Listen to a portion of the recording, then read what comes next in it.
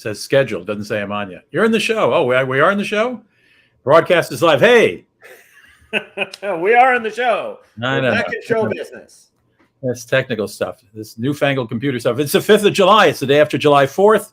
All right, we're back to the work week and back to travel woes and a few bargains and some news.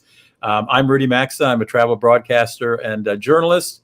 And Tommy Danielson's joining me, my partner in Maxa Tours, which you can find more information about. It's a small luxury European tour company. You can find more information at maxatours.com. He's also an expert on all kinds of things, aviation, including frequent flyer miles and hotel bonus points. Anything, just ask him. And we probably will today. Huh? Yeah. Wow, so that's quite the testament. Just ask me. Dressed up in a white T-shirt today, just for you. Right. Well, you want to begin today, or you want me to tell you what? I like this deal. This is a Virgin Atlantic announced this week that on all their flights, they're going to guarantee there will be 12 award seats available. 8 of them in coach, 2 of them in premium, and 2 of them in their what they call upper class, which is their business class or first class. That's pretty interesting. And they say that if there are unsold seats, they may open even more award seats per flight.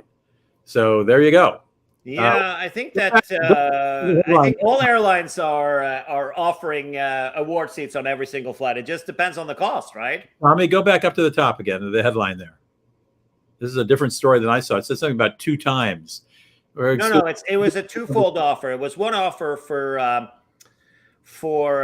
guaranteed 12 award seats that you can see here that you're talking about. 2 upper classes, premium, 8 economy. What's this gold members book any seat for 2 times points? Yeah, so they are making availability. So their top tier is gold, and they're making it available every single flight to double the points. So, but the thing here is what does that even mean? That's for a revenue seat. I think yes. No, it's not for a revenue seat. It's any seats on any flights will be available for double the points. But what does that mean though? What are we talking about for okay, I see. So they're guaranteeing 12 seats, but you're a gold member. If you spend twice the amount of points, they'll give you an award seat on any flight. Yes. Yeah, so guaranteed. But at the end of the day, we're talking about 12 seats here, and we don't know what rate are those seats going to be sold at. We don't know that. They could, if it's 1 million points, who knows? That's the thing, right? Well, that's true. I don't know that they do have an award schedule. You think they might increase the number of points or miles available, miles required for those seats? Yeah, that's the thing. That's always the gig of what we're talking about here when it comes to that would not be any. If you go to delta.com and you search for an award, then it's all the seats are available, but they're at outrageous prices, right? That's usually what happens with that. Well, that would be wrong if Virgin Atlantic upped the requirements while guaranteeing you more awards. Well, they also have dynamic pricing now. The price varies greatly. Looking at, searching for miles from London to here, for example, to Los Angeles, it varies. One day, a premium economy seat can be 20,000 points or miles, and one day it can be 60. You don't know. It's like they have standard stuff, but I think that Virgin has been good about keeping it within the right parameters. Maybe I'm not a Virgin expert, to be honest with you. This was your case, but what I've seen is, there are flights where you can't redeem, period. So I think that this is more of a thing that it will be available, but it will be at we don't know about the cost, how much they're going to be. If it really is like they're making more seats available at Sabre Awards, that's great news, but that's not always the case. So it'd be interesting to see when this gets implemented. Okay. What do you got? Yeah, I wanted to,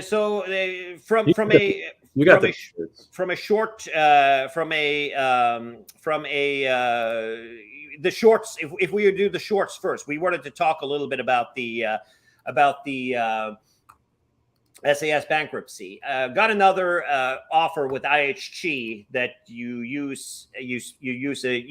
can buy points there, and sometimes or often these can be good deals. But I think that the good use. Tommy. IHG stands for Intercontinental.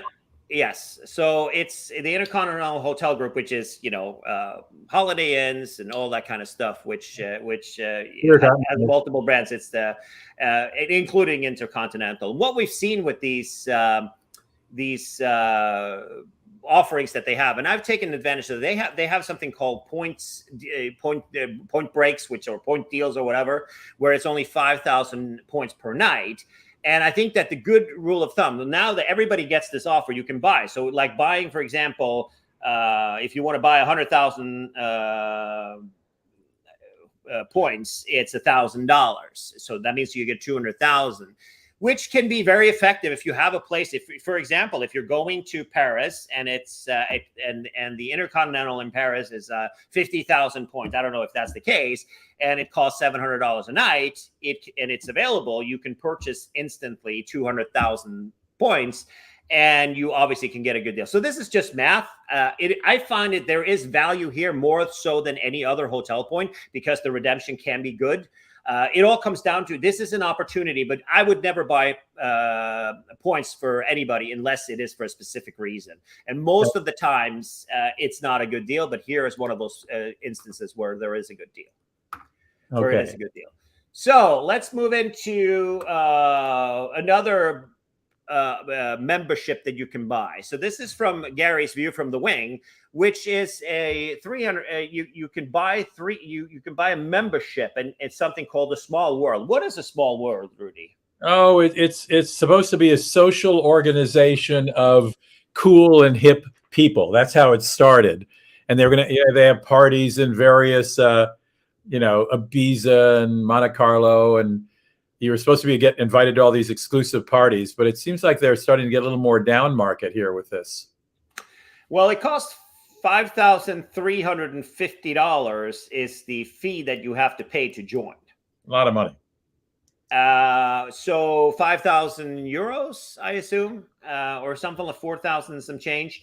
The deal here is that you get 300,000 Lufthansa miles, and you also get some hotel status from 6 Platinum status, which isn't hard to obtain. A lot of 6 has an agreement with most hotel programs. No, I mean with most airline programs on doing that. You also get Jumeirah Gold status, Jumeirah 1 Gold status, and also GHA Discover Titanium status. So there is some value if you are staying at sporty areas of the world, if you will, right? Right. Okay, but I also see that 300,000 Lufthansa miles and more. That's kind of interesting because Lufthansa doesn't require as many miles to redeem as, for example, United for the same. They're in the same alliance, and that's kind of the biggest difference between the two. So you get more for your money. You do have to pay fuel surcharges, but it's not really that much compared to others like British Airways, who are like bananas with the fuel surcharges. Like, one round trip in business, you're using your miles is $600-700, right? Which is crazy. So, and even for coach, it's like a couple $100. So I think that it's worth taking a look at. If you have a specific use for this, I mean, a round trip to Europe, and you have enough to do one round trip in Lufthansa first, and you have enough. In addition to that, you have between the U.S. and Europe, you can redeem for one free first class Lufthansa trip, and then also one business as a combined thing. So then again, buying business class and stuff might be up there, and you earn miles and points and status on that. So it might be a wash, but I thought it was an interesting thing. Last thing I have as a short for today is Deutsche Bahn. So the intercity Deutsche Bahn, which is DB, which is the domestic train service system in Germany. Right. And they have their ice trains, and all the Germans, they hate it's called ICE is what they say. So it's Intercity Express is what it stands for. I like calling it the ice because mostly because it's cool to call it the ice. That's the train you see there. That's an ice. And also Germans, they hate it when you call it an ice. So that's also just a bonus on top of that. So they're an intermodule Star Alliance partner. I don't know what that's supposed to mean, but there are some information that has gotten out. And that is that you will get access to, this is Seth at paxx.aero that's reporting today, which I think was the USA Today version of making sure. So if you're flying in the premium cabin, then you will be able to enjoy the Lufthansa DB lounges. So if you are in business class, you fly Lufthansa, you can go into the lounge when you take the train. So this is more of a, you buy a ticket, you can get it from end to end. You can buy it from, say, you know, from Heidelberg to Chicago. And then you have that segment with the Deutsche, and looking at the, you know, how Germany is looked at the travel times we're talking about here, right? Right. Frankfurt to Stuttgart by train is 1 hour and 15 minutes. And then, you know, this is like their own thing, 2 hours and 15 if you fly. Obviously, it's much shorter than that, but, you know, they're talking about security and all that sort of stuff. The Frankfurt is, or travel time to downtown, right? Right. Which might not always be the case that that's where you're going. So Frankfurt to Düsseldorf is 1 hour and 30 minutes. It is a route that I most definitely myself have used the ICE more than flying. Munich to Frankfurt, 3 hours and 5 minutes. Well, it's more like 4 hours. I mean, most of the trains. I didn't know it was 3 hours and 5 minutes between Munich and Frankfurt. I thought it was more than that, but you know, I'll take their word for it. So, I mean, it makes sense in many cases to utilize the ICE, and it doesn't say anything that you earn status or points, though. That's the thing that's missing. I think that will be a big, interesting gig. But you can buy end-to-end tickets, which you could have done with Lufthansa for many, many years. But now they're making the deal with all the airlines that they can integrate intra-Germany through that. All the Star Alliance airlines. On the Star Alliance Airlines, the world's leading airlines, yes. Okay. Listen, well, you may have noticed I wasn't looking at the camera because I decided to go and look and see what it would cost to stay at the Intercontinental Le Grand in Paris. Mm-hmm. If you know, you had that offer, you said you buy 100,000 points from IHG for $1,000, and then you get 100,000 for free. Okay. Oh, so you have 200,000. Well, correct. I priced a night in September, and it's $489 or 84,000 points. So $1,000 would actually do it. If you had $200,000, you could stay 4 nights for that, which would normally cost you about $1,700, and you're only paying $1,000 for those 200,000 miles or points. So yeah, it makes sense, especially for the expensive hotels. Yeah, as in all of these offers to buy points, only buy them if you need them. And before you buy them, go look and see what it would cost dollar-wise and see if it's less than buying points, in which case just pay good old US dollars. All right, just wanted to put that footnote on it. Right. And you had another thing? Oh, well, you know, one of the fanciest hotels is David Faena's hotel in Miami Beach. He's the guy who started the fancy, quirky hotel designed by Philippe Stark in Buenos Aires called the Faena, Faena. Well, he opened in Miami Beach one a few years ago, the Faena Miami Beach, which, like the one is almost all white, very fancy, very nice. They've got a deal that if you book, of course, now it's hot and humid in Miami, I should say. But if you book 4 nights or more, they'll give you up to 25% off on your room rate for your entire stay. Now, I always worry when they say up to, because, well, maybe you have to book a suite to get the whole 25% off. But the point is, if you want to stay at a really fancy hotel in Miami Beach while it's really hot and humid in Miami, the Faena is, you know, it's one of the most luxurious hotels there, and book 4 more nights, and you get 25% off. That's all. That's all I wanted to say. The other thing I wanted to say was the Portuguese airline TAP had some problems last weekend. 500 flights were canceled, which out of Lisbon is a significant amount of flights. And today, the chief executive officer of TAP joined Delta and Lufthansa and Air Canada's CEOs in writing a public letter of apology for their lack of service. And we should comment that Schiphol, one of the most important airports in Europe, in Amsterdam, I think the 4th largest in terms of passenger service, asked American not to sell any more tickets from Amsterdam to the United States. I presume that means if you want to buy a round trip ticket until July 31st, from the 7th of July to July 31st. So I presume that means if you want to buy a ticket from the States to go there. They'll fly you there because they're still going to fly people with existing reservations. But are they technically selling a return ticket at that point? If you do a round trip, you are. So I don't know if the airport's going to crack down on that. But from Europe, they will not sell anybody a ticket on American Airlines. Now, American serves Philadelphia and Dallas-Fort Worth, I think, as I recall. Yeah, and Philly has been a thin destination. They always used to do 757s on that route. I don't know what they're doing now. 4,600 passengers a week, American, or 4,600 seats anyway. American flies from Schiphol to the United States. Now, other U.S. airlines like Delta that fly to Amsterdam have not been yet asked to limit the number of passengers they're booking tickets for this month. Yeah, I saw that report a couple weeks or last week, and I think that obviously there are still. I think there are still challenges out there for sure. Absolutely, still are challenges out there for sure. That's Schiphol's a mess. Absolutely, and not just Schiphol. It's also, it varies a lot how the what time of day it is, because you remember you flew out of Schiphol. Didn't you fly out of twice? One was okay, and the other one was one I had to bust in the front of the line. I had to bust in the front of the line. I was transferring planes. I had to bust in the front of the line to get through passport. The other one, I was traveling business class, and I got up really early in the morning and got there for the first flight out. And I did have a business class, special line, and nobody was in it. So It depends what class you're flying, and as you say, what time you're flying. But boy, I would get there 3 hours early instead of just 2 hours early if you're flying out of Amsterdam's airports this summer. Right.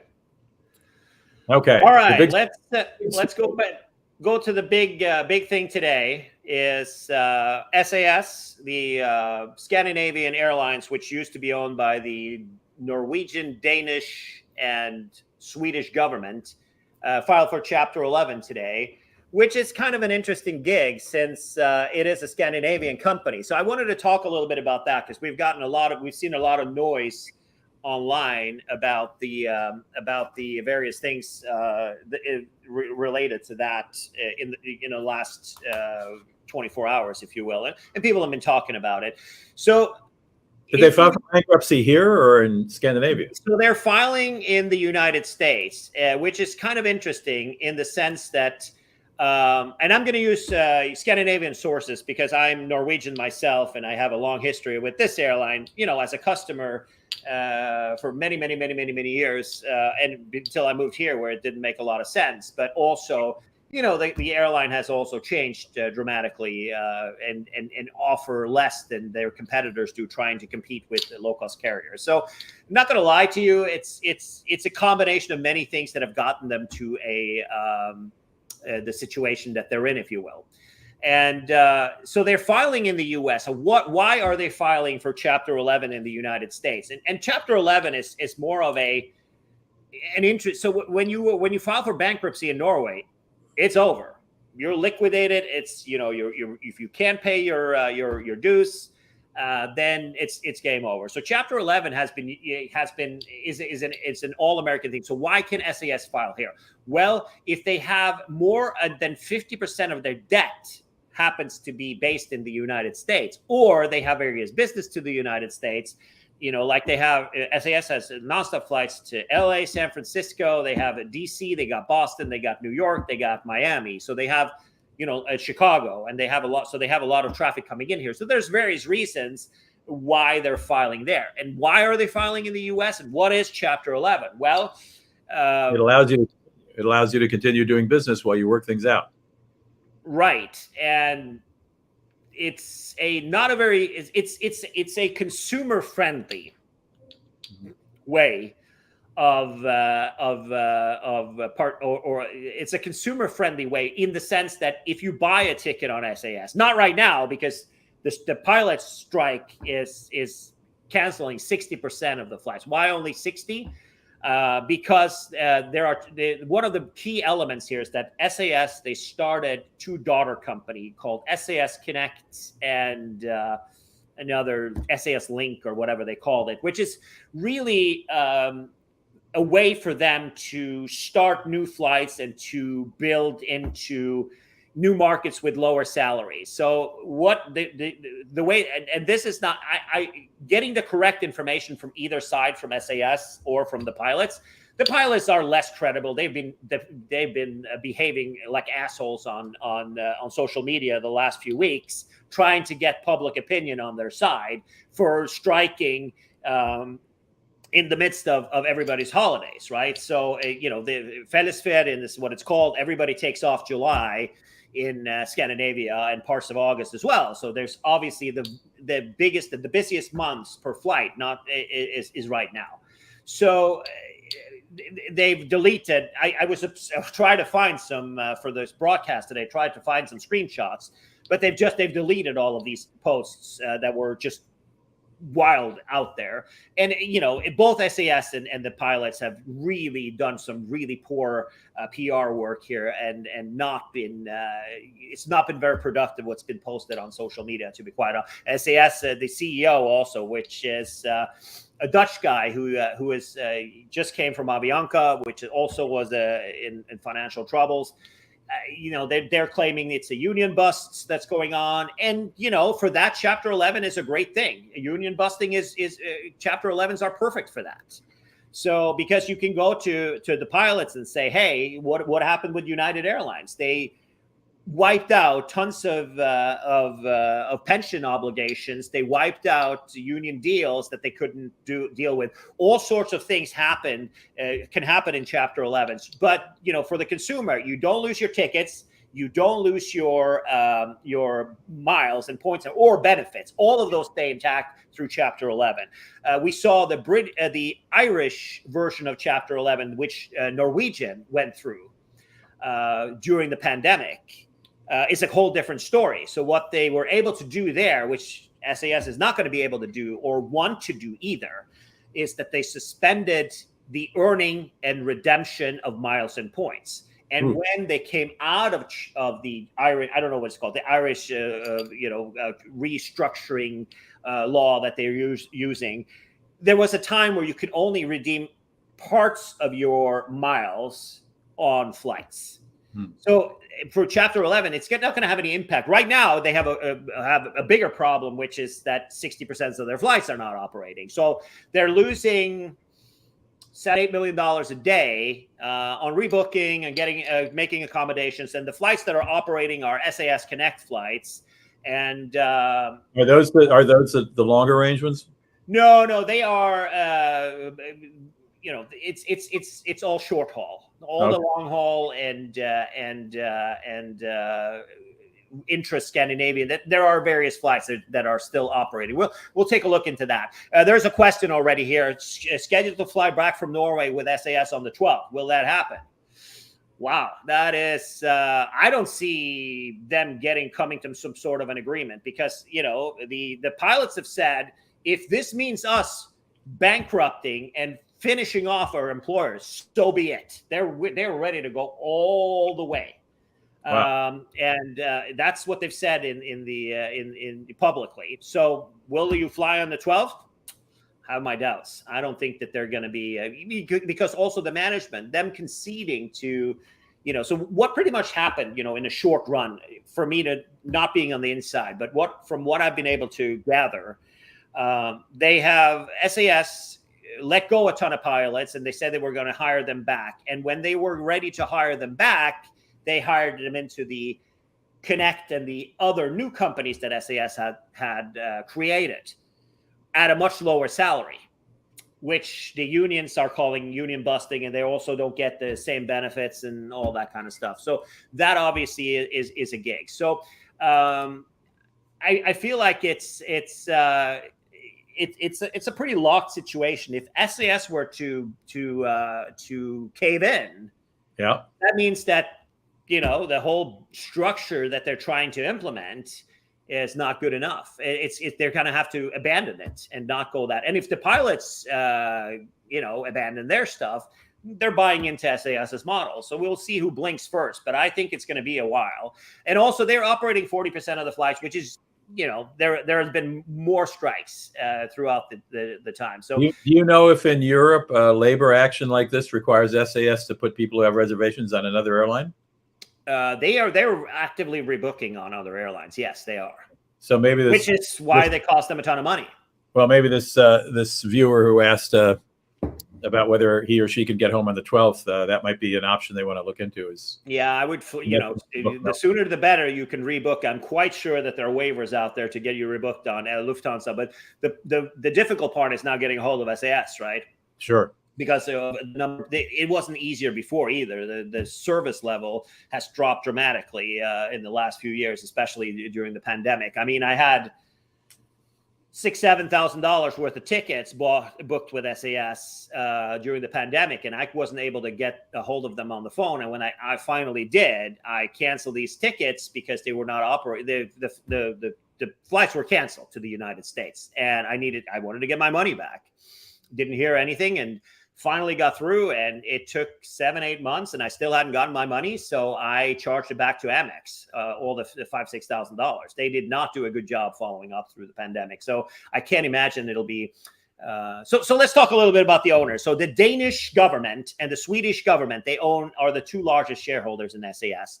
And then you have the Wallenberg family, which is a Swedish billionaire family that is the third largest shareholders. Norway divested their shares in SAS a long time ago, like 2012-13, because, an airline should be able to stand on its own 2 feet. It shouldn't be owned by, like Alitalia was owned by the government, et cetera, et cetera. And also the Norwegian government, they were pretty stark and said to SAS and all the other airlines, I mean, it's like, help us during the pandemic.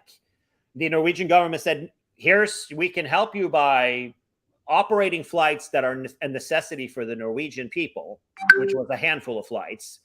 And then they also said they would guarantee for some loans to pay back, which was $1.5 billion all of these airlines got. So Norwegian took advantage of that, SAS took advantage of that, and these are just guarantees for loans, which is kind of interesting. That's the approach that the Norwegian government took.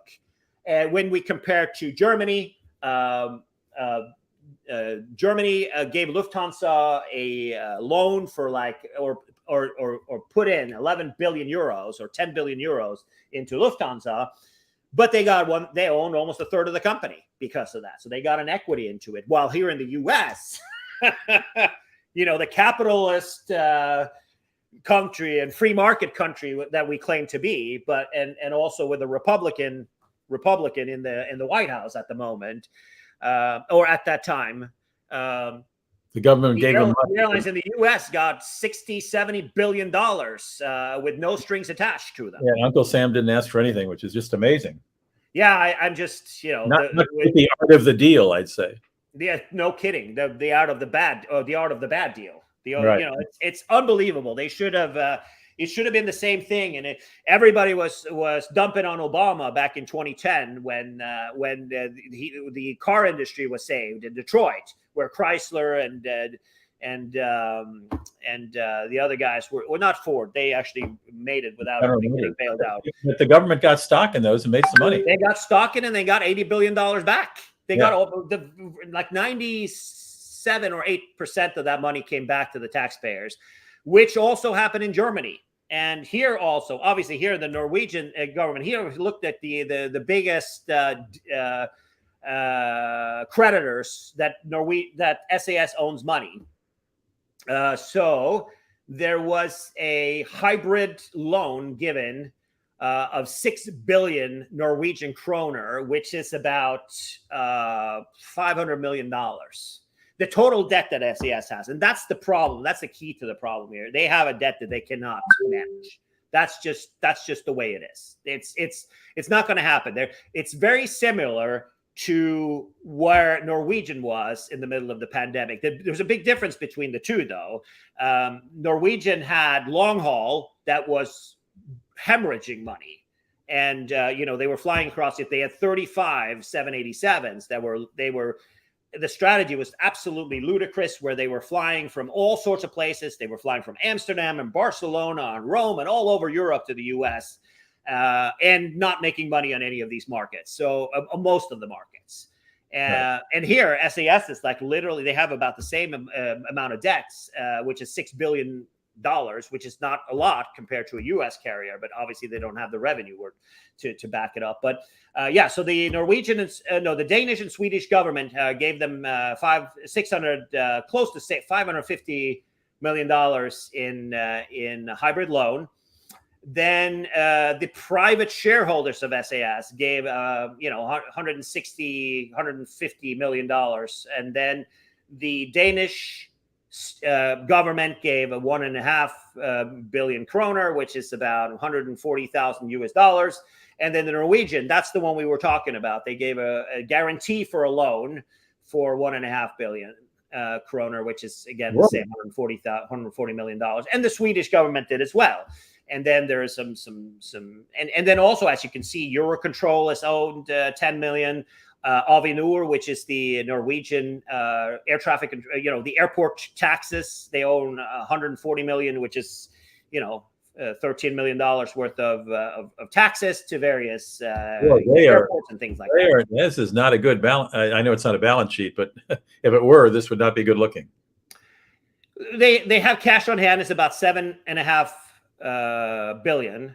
So about $700 something million. So the cash on hand is not bad, but how much are they burning a day now? That's going to be gone fairly quickly if they have $7-8 million that they have to shell out every day. So at the end of the day, this is not sustainable. It needed to happen. It should have happened a long time ago. That it coincided with the strike, I think, is just silly. Because then the pilots are trying to are saying that SAS did it because of their strike. So I don't know. And obviously these are the creditors where they owe cash. That's or like the unsecured part of their debt. The secured part of their debt, which means is of course the leasing, the leasing companies that owns the planes that SAS is flying. The vast majority of them.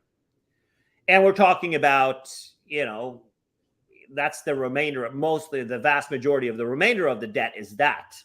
Right. So Chapter 11, usually they have to accept the various things. So these things here, this money that we're looking at on the screen now, gone. It's mostly gone. 95% of it is gone.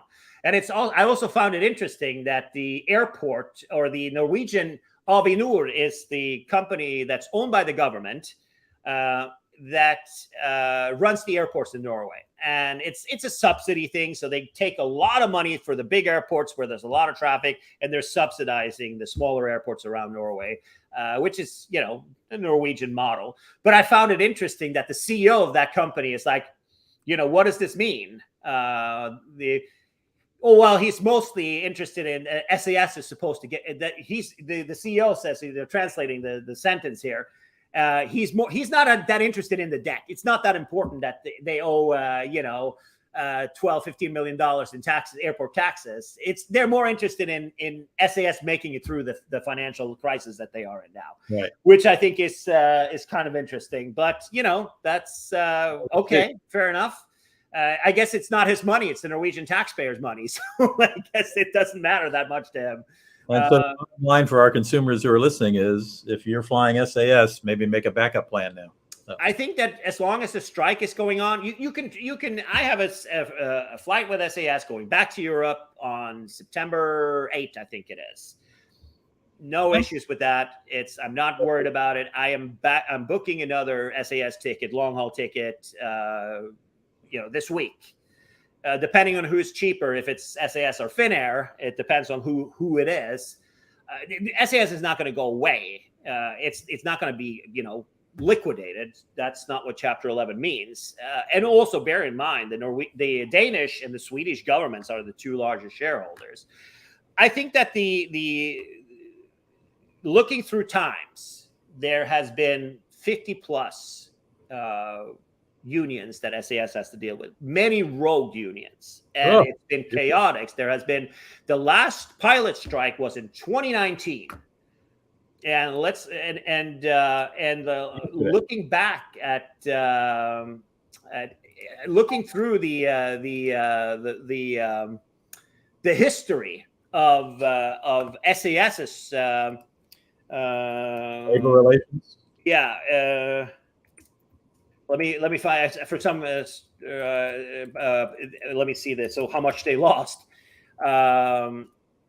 They lost. Let me see. They lost flat out 700 million, which is about $65 million.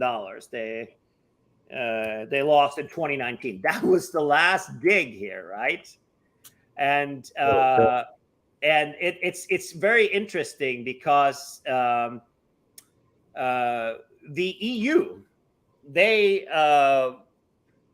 deemed that SAS was responsible for the situation they put it in. So EU compensation.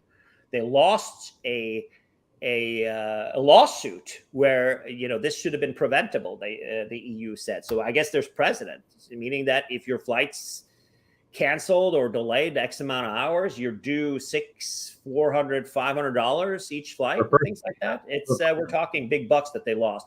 That was in 2019. SAS has been in crisis through COVID the last 2 years, and we're banking on this summer to get back to profitability and to try and restructure the company. Obviously, this segment was not brought to you by SAS. They have no money. Honestly, I get where the pilots are coming from, but I get that unions are unions, and I see back in the days when the coal mines, they were working 8 days a week and 28 hours a day, those 8 days a week, and the only thing they had to eat was dirt, and they were whipped by all of these factory owners, and they had like soot in their face and all that stuff. Yeah, all good. But the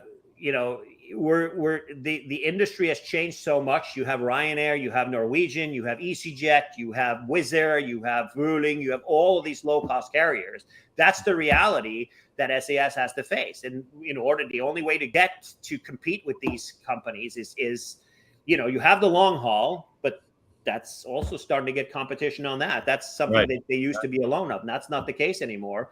Right. And the way that it works for me and you, if I'm not happy with the job that I have, I show my employer the middle finger, I walk out the door, and I find another job. They can start flying for Emirates. They can they're starting for Norwegian. They can start flying for Flyr, which is a new operator on domestic stuff, which are, I saw the prices have gone up, flying between Oslo and Bergen, which we did for Maxa Tours for our guests and stuff. Usually it's about $50, $60. And those seats now on the SAS's competitors has gone from $50, $60 to $600, $700 one way. Oh my gosh! To be on a flight for 40 minutes. Oh my gosh! I thought you were going to say 120 or doubled. Oh my God! No, there's some lunatic prices out there. Segment up, don't you? I think we covered it. Yeah, I think we got it covered. I think it'll be interesting to see. Should you buy a SAS ticket? A ticket with SAS? I think that not in the next few weeks. When the labor's, you can still. I saw Fleming that we had on the show last week talking about this very subject. I saw him flying on SAS Connect to Zurich this morning. So if it's an operator by SAS Connect, and what is the name of the other one? You'll go to the website, SAS website, and you'll see if the flights show up in the next few days. You know which one it is. So you can and take advantage of that. But at the end of the day,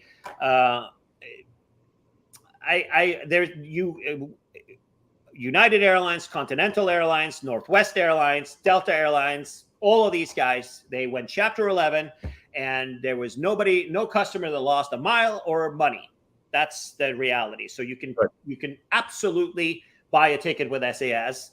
But I would wait until the pilot labor dispute is over. And what's interesting here is that they're both at an impasse, and it'd be very fascinating to see how they put their heads together. Because at the end of the day, these pilots, SAS loses money a day, but so does the pilots who are not going to work. Well, it's not very interesting for people who want to fly to Scandinavia and SAS.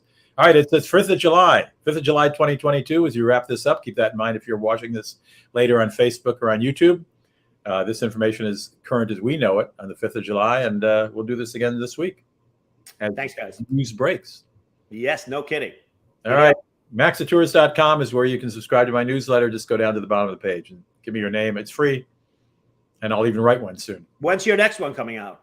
Coming up this week. Oh, beautiful. I Should be promise. exciting. All right. Giddy up. Thank you.